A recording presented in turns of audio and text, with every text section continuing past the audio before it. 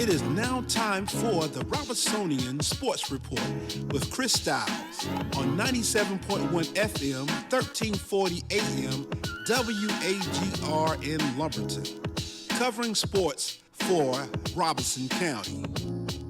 Now here's your host, Chris Styles.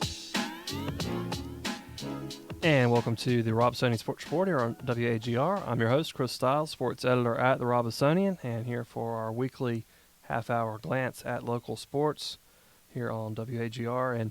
And approaching the halfway mark, actually, of the high school football season. It's going fast, and some great games, one in particular last Friday, and plenty to look forward to as well for this coming Thursday and Friday, as one game was moved up. Purnell Sweat and Cape Fear will be moved up to Thursday to tonight at 7 p.m. And then Charlotte Latin at St. Paul's and Jack Britt at Lumberton, as far as we're aware, is still on schedule for Friday night. That's due to the Purnell Sweat game being moved. That's due to the possibility of inclement weather on Friday. But as we look back to recap last week's football in Robeson County, Purnell Sweat earned a thrilling 42-39 win over Grace Creek. Cape Fear beat Lumberton 42-0. Red Springs won 20-8 at Mullins, and Martin County beat Fairmont 38-16. St. Paul's had a bye week. And locally in college football, Charleston beat UNCP 37-29. So to briefly touch on all those games, Purnell Sweat and Grace Creek, this was a battle of two teams that came in 3-0. It was the conference opener for both of them, and a terrific back-and-forth football game. Grace Creek scored on its first three possessions. They led 20-7, and it looked like it was going to be hard to stop them, frankly. But Purnell Sweat settled in defensively, made some adjustments, took a 21-20 lead by the first possession of the second half. And then from there, kind of back and forth, Purnell Sweat led 34-26 at one point. Grace Creek scored. Purnell got the stop on the conversion attempt, which would have tied the game. That was one of, I think, 4 sacks by Zach Harris was on that play. He had a great night defensively. And then, so it's 34-32, and Purnell has a 3rd and 18, thereabouts, a little bit short of midfield, and J.C. Locklear breaks one. I believe it was 64 yards for the touchdown that kind of put it away. They ultimately won 42-39. Grace Creek scored one after that, but did not get the onside kick. And so 4-0 for Purnell Sweat for the first time since 2009, when they actually started 7-0 that year. Darius Bethea had 5 touchdowns in that game. Everything up to that point of that J.C. Locklear put-away touchdown had been Darius Bethea scoring for the Rams, and he had 189 yards on the ground. Won't get easier for Purnell Sweat this the Thursday with Cape Fear coming to Pembroke, but the Rams trying to keep riding that wave and keep the momentum going and see how long this undefeated start can last. And we'll talk more about the Cape Fear game coming up a little bit later on in the show. Speaking of Cape Fear, they defeated Lumberton 42-0, and this game was actually just one half of football. In that half, a struggling Lumberton team was pretty dominated by a pretty strong Cape Fear unit. And then from that point, Lumberton actually made the decision not to continue playing after they've had so much attrition with that team. Coach McFatten started with 54 players. They dressed 29 on Friday due to injuries, and then they've had some opt-outs after the unfortunate shooting incident 2 games ago in the parking lot of Alton G. Brooks Stadium when they were playing Red Springs. So put all that together, and then there were additional injuries in that game to where they just didn't feel like it was worth getting anybody else injured or what have you in a game that was already out of hand score-wise. So they opted to do that. The Pirates are set to host Jack Britt on Friday. And, every game from here is probably going to be an uphill climb for them anyway. But as far as we know, they're still set to go and play that game on Friday night at home here in Lumberton. Red Springs went on the road across the state line and beat Mullins 20-8.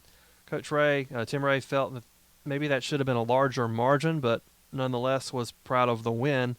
Some penalties for Purnell Sweat, some unfinished drives hurt them.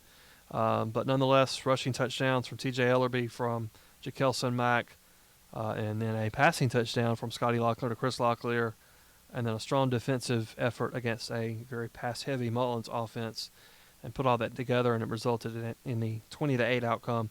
Red Springs is now back over 500 at 3-2, and they have a bye this week, going into conference play next week. You're listening to the Robesonian Sports Report here on WAGR. I'm your host, Chris Stiles, sports editor at the Robesonian, and kind of briefly touching on each high school football game involving Robeson County schools from last Friday. And the one we haven't touched yet, Martin County beat Fairmont 38-16. A pretty convincing win for Martin. Fairmont got a couple of passing touchdowns from DeMarcus Grissett, and that's interesting because he's the third player to throw a touchdown pass this year for the Golden Tornadoes, who are still here 4 games in trying to figure out, or 5 games in actually, trying to figure out what they want to do with the quarterback position. And not that there's anything wrong with working in multiple guys, but kind of just trying to figure it out as they've struggled. They've lost 4 games in a row now, but they're going into their bye week this week as well. I will add that Trevelius Leach caught both of those touchdowns. Very explosive offensive player for them that they have had trouble getting the ball here early in the season, so good to see him get in the end zone a couple of times in that game. And as I mentioned, Fairmont has a bye week this week before conference play, so a chance to work on some things for the Golden Tornadoes and try to get back in the win column. They won week 1 against Lumberton and have not since. St. Paul's had a bye week last week, coming off the win 2 weeks ago against West Columbus. They're 1-3, but off that win have some momentum, and then they're going into Charlotte Latin this week. It's homecoming Friday night at GS Kinlaw Stadium, and then Southeastern Athletic Conference play after that.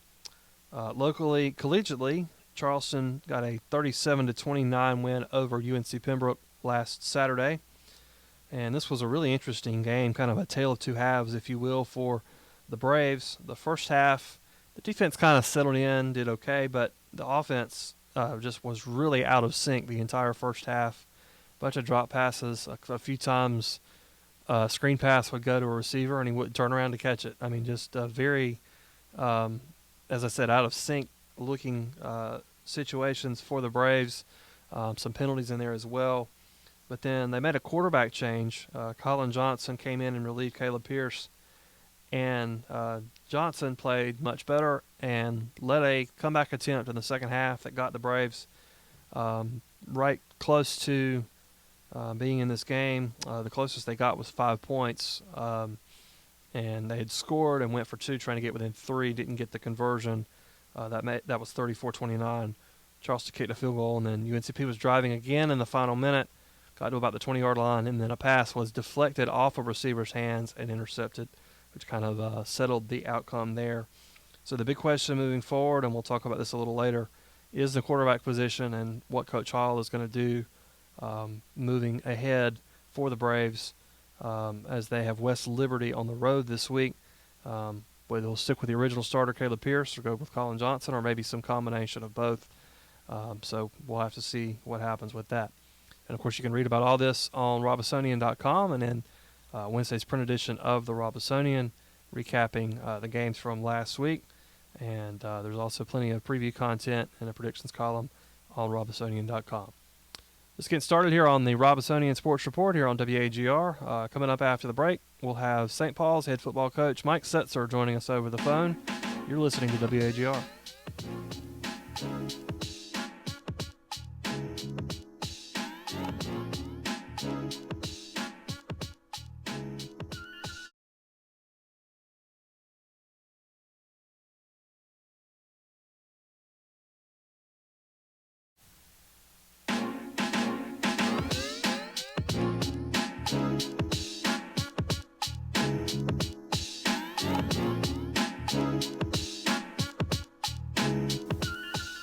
Back on the Robesonian Sports Report, and we are joined on the phone by St. Paul's head football coach Mike Setzer. How's it going, Coach?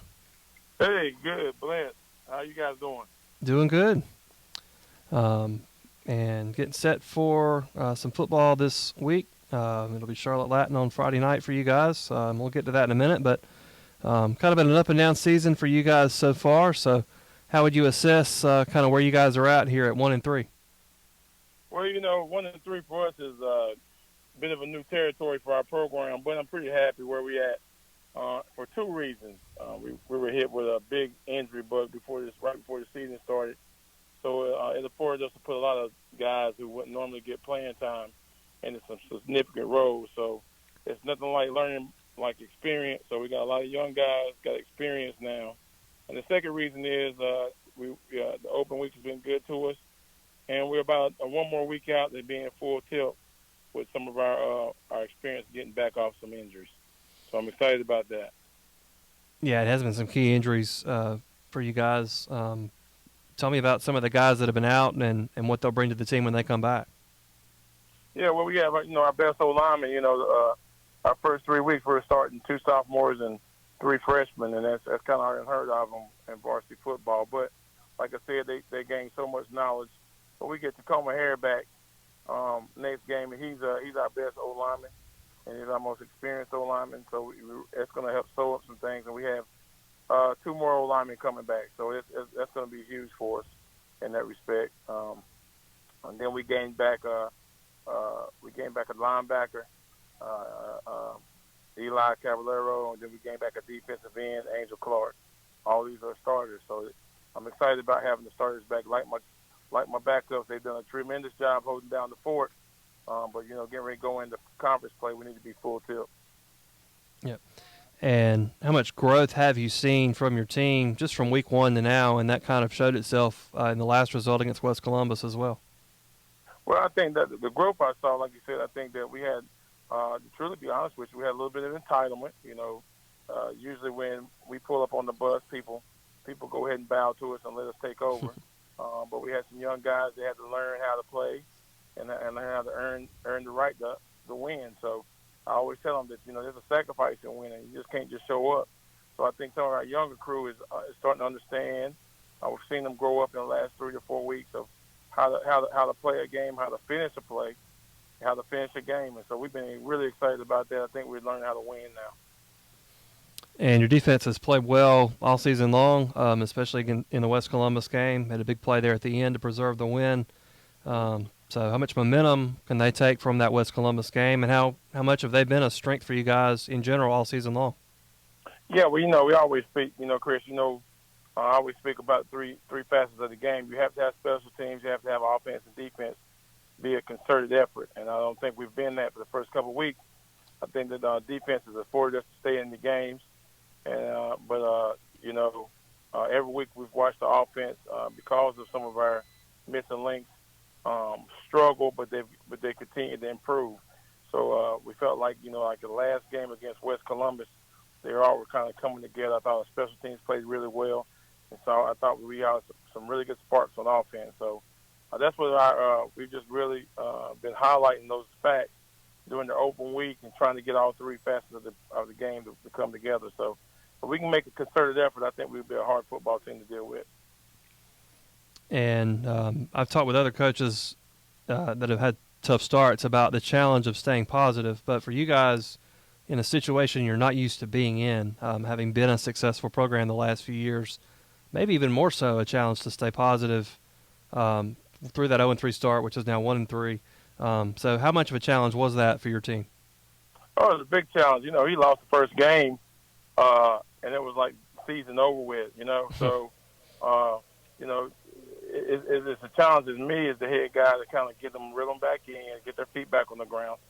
So, then the next week it doesn't go like you want it to go. So once again, you back on that, woe is me stuff. So we've really done a good job. Coach staff has done a good job of letting these young men understand. First, we have to own where our feet are at. We can't be thinking about past teams or future teams. We got to worry about the present team. So we got to get our feet back on the ground. We got to own where we at, where we bad at, where we're good at, where we need improvement at. And I think that's what's kind of afforded us to kind of come together. Like the last game, we were picked to lose that game.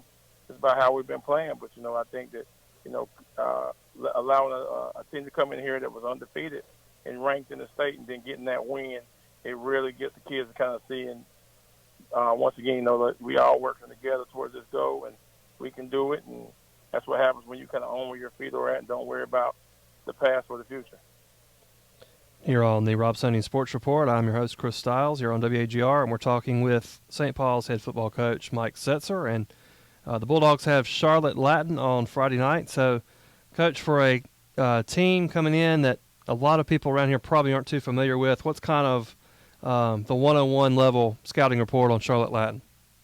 Well, Charlotte Latin is one of those teams, up there in Charlotte, when you have a team like that, it can kind of look different from time to time. Like I'm saying, like, they have the ability to move athletes around, and Charlotte Latin has really good years and some down years. But right now, they look to be a pretty solid team. But you can see how Charlotte Latin coming in here is they're a well-coached team. I still would rather be coaching the Bulldogs. I mean, they do have a lot of good playmakers over the field, and like I said, they're a well-coached team. But they do like to do what they're one of those teams that kind of switch up on you from week to week to keep you on your toes. And what I mean by that is they'll switch their offense on you a little bit. They'll go with a total different offense sometimes. Sometimes they'll go with a run-heavy package, or sometimes they'll go with a really, really wide-open passing game. So we just have to be on our toes. And when you're competing against a team like that, it's more important for you to focus on what you do best. So if we can do what we do best and control the game, then it puts us in a much better situation. And how different is the process of studying the film when, one, you're not familiar with the team really, they're not from around here, and two, they're playing teams from all over the state. They played a team in the mountains. They played Winston-Salem Carver last week. So you're seeing teams they're playing against that you're not familiar with either. So how different does that make it? Well, being in the all the coaches we have such good relationships with, and it's kind of funny. We competed against Carver 2 summers ago in a big tournament in 7-on-7, and kind of knowing the coaches and speaking to the coaches. So we've done our homework a little bit. I might not know the coach's shoe size, but I kind of know what he likes to eat. So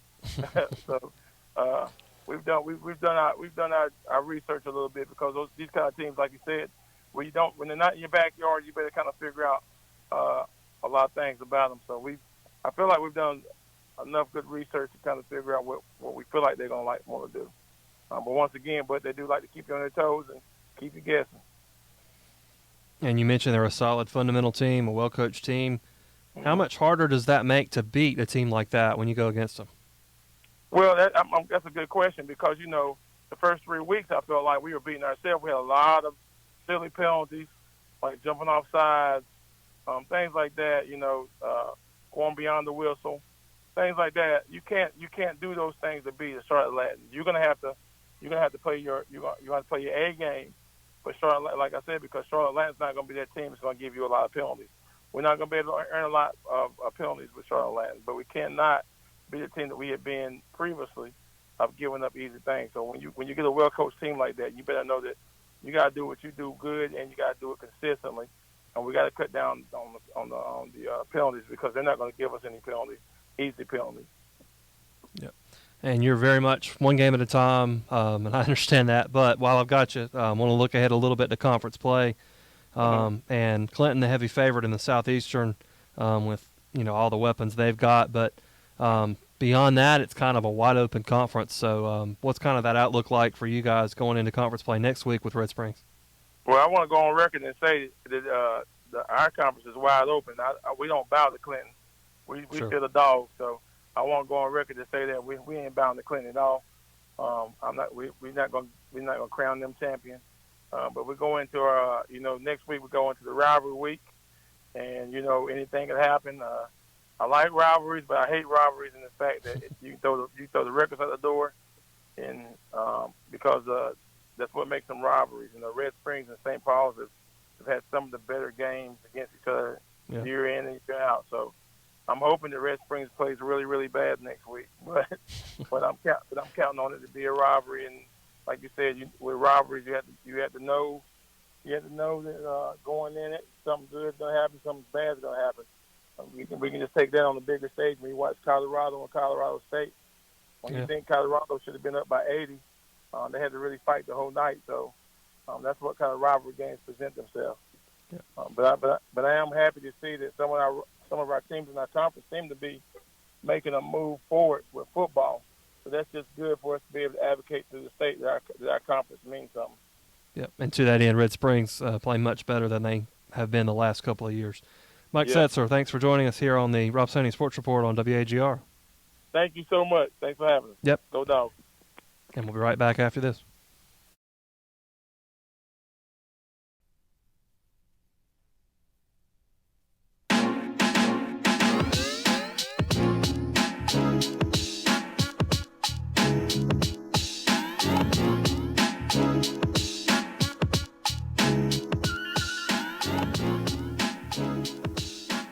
Back on the Robesonian Sports Report here on WAGR, and looking ahead to this week's high school football action locally. One game tonight, two games rather, on Friday night. And the one game tonight, at least the one game we know of moved up, is Cape Fear and Purnell Sweat. And this is a 7 p.m. kickoff at Big Mo Stadium in Pembroke. Cape Fear comes in 3-1. They're 1-0 in the United 8 Conference. Purnell Sweat, as we mentioned, is undefeated, 4-0 and 1-0 in conference play. So not a battle of unbeaten teams like it was last week, but this is still a very strong Cape Fear team and probably the best team Purnell Sweat has played to date.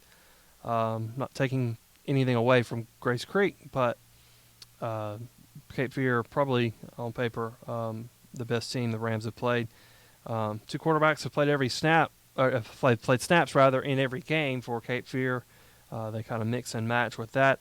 They have one of the area's best wide receivers in Jeremiah Melvin, and an excellent running back as well in favor of Murtala running the football, and an experienced defensive unit for the Colts.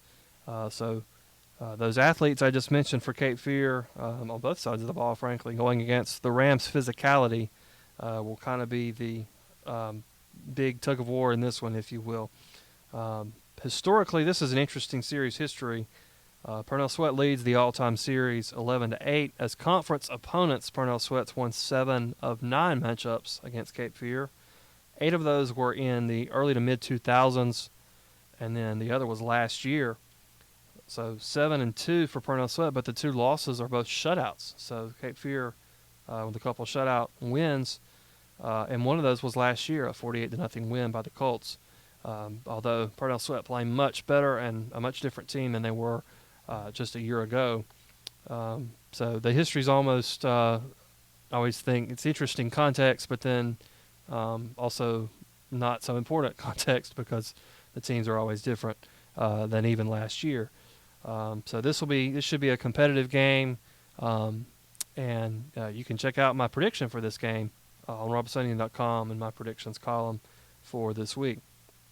Elsewhere, Charlotte Latin is at St. Paul's. It's homecoming for the Bulldogs, and this one's on Friday night. It's the first meeting between the programs, and in fact, it's the first time Charlotte Latin, I believe, has played any Robeson County school.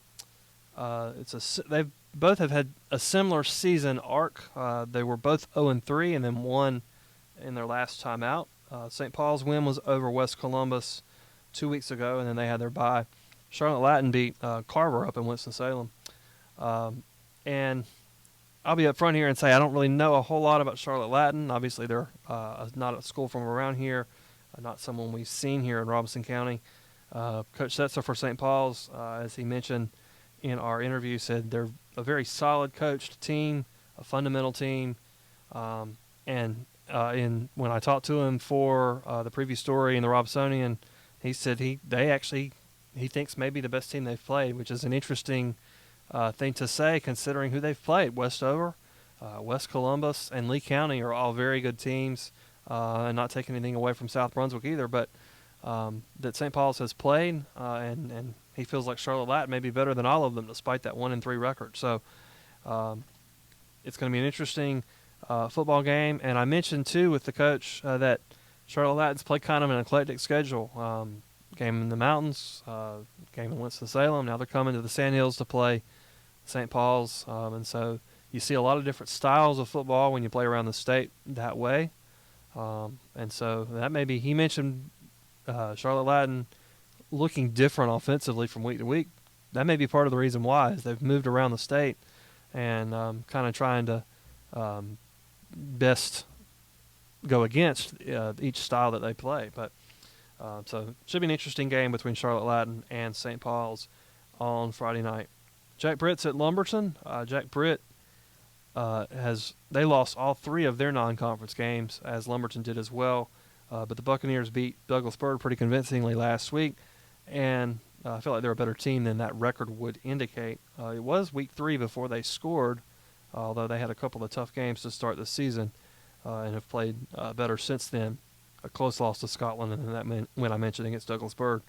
Lumberton's attrition, as I mentioned earlier, has been very difficult for the Pirates, and you kind of wonder about how competitive that smaller group that they're playing with can be moving forward through conference play. They're playing 3A and 4A schools in the United 8 Conference that are going to have large football teams. It's just a very challenging situation for the Pirates with injuries and so forth.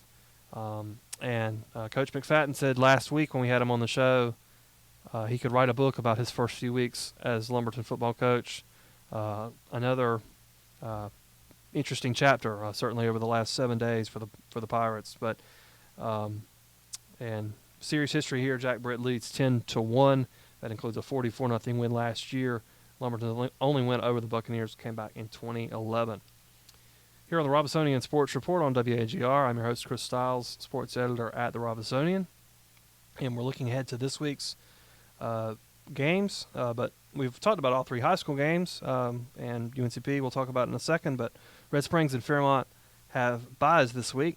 Both of them, it's a chance to tune up for conference play in the Southeastern as they practice this week. And both of them start conference play next week. Red Springs has some momentum off consecutive wins against Lumberton and Mullins. Both those were road games that they came back to Red Springs with the victory. So they're 3-2 for the season. And I think they're going to be very competitive in the Southeastern. Fairmont has lost 4 straight games, and as we mentioned earlier, looking for some answers offensively. But sometimes a bye week's a good time to put some things in or make some of those decisions that they might have to make. So, perhaps a different looking and perhaps improved Fairmont team on the other side of the bye week. We'll have to see how that goes for the Golden Tornadoes. And collegiately, locally, UNCP will travel up to West Virginia to face West Liberty. And it's a good opportunity for the Braves to get back on track after consecutive close losses, as they're playing a West Liberty team that is struggling to an 0-3 start. UNCP, it's weird to say you have momentum after a loss, but the way they played in the second half, coming back and almost beating Charleston, a very strong Charleston team, that can perhaps give them some momentum, particularly on the offensive side of the ball, where it had looked so not great in the first half against Charleston. Played much better in the second half, and now going to try to take that on the road. And the big question, as I mentioned earlier, who starts at quarterback for the Braves, Caleb Pierce or Colin Johnson. And we'll have to see what Coach Hall goes with there. And you can read about all this, as always, in the Robesonian and at robesonian.com. Game story from last week, I covered Purnell Sweat and Grays Creek, and then also a roundup of all the other games. Preview for this week, a picks column, a UNCP game preview, and then in non-football content, we've got Purnell Sweat and Lumberton volleyball played on Tuesday night, St. Paul's and Lumberton volleyball on Wednesday night. And then coming up this Saturday, an interesting event for Robeson County with the Robinson Cup Championship match. That's a soccer tournament that pits the 4 county high schools against each other. And Lumberton and St. Paul's will be facing off Saturday at 7 o'clock. That's at Purnell Sweat in the championship of that event. Lumberton trying to keep alive their streak that they have won the Robinson Cup each year. It has been contested dating back to 2019. So that's what's going on here locally on the sports scene. And as always, you can read about all of it at robesonian.com and in the Robesonian print edition as well. So that'll do it for us here on the Robesonian Sports Report for this week. For Paul Matthews behind the scenes, and as well thanks to Mike Setzer for joining us a little bit earlier. I'm Chris Stiles, sports editor at the Robesonian, and we'll see you next week.